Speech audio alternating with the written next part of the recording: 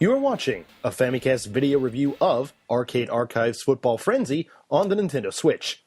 I'm Danny Bivens, the reviewer of this game. American football is still an unserved subgenre of games on the Switch.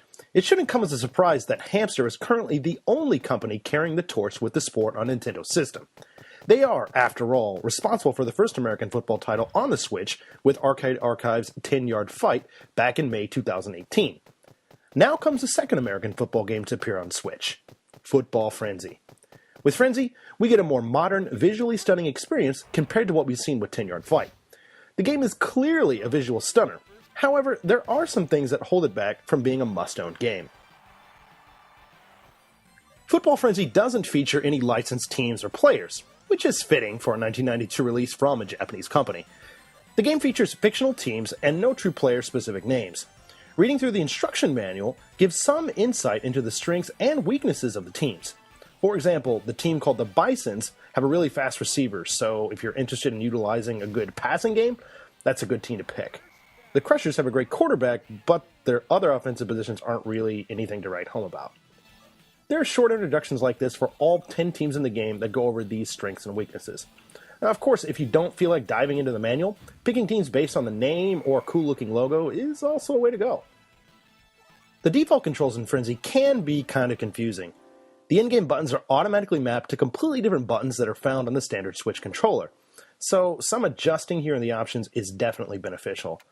After inserting some coins with the press of a shoulder button, you'll get right into the action in a tournament style of play. On offense, you have a variety of pass and run options at your disposal. For the on-field passing, buttons are assigned to your receivers. Running lets you either take the ball on the ground with the quarterback, or you can also pitch it to other runners. Mashing the A button gives a bit of a speed boost to your players as well. Defense is simple, allowing players to cycle through defenders with the push of a button, and of course, tackle.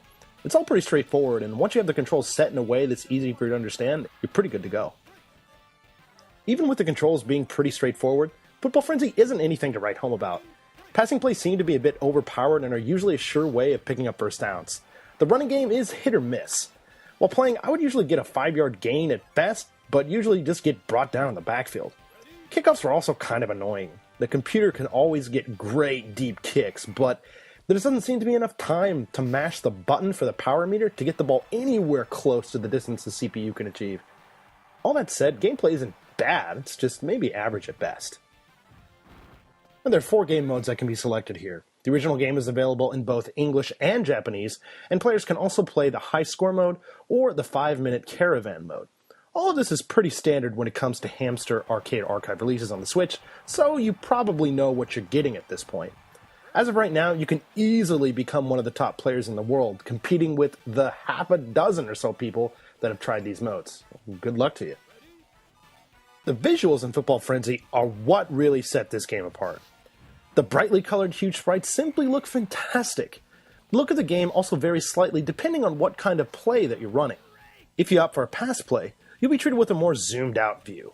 Now, choosing a run play gives a really close-up look at the players. Now, while the detail of the sprites are really fantastic, the zoom does make it a little more difficult to spot incoming defenders. Other visual elements, such as the short cutscenes after touchdowns or the halftime show, look impressive. And then you also have this kind of weird bit.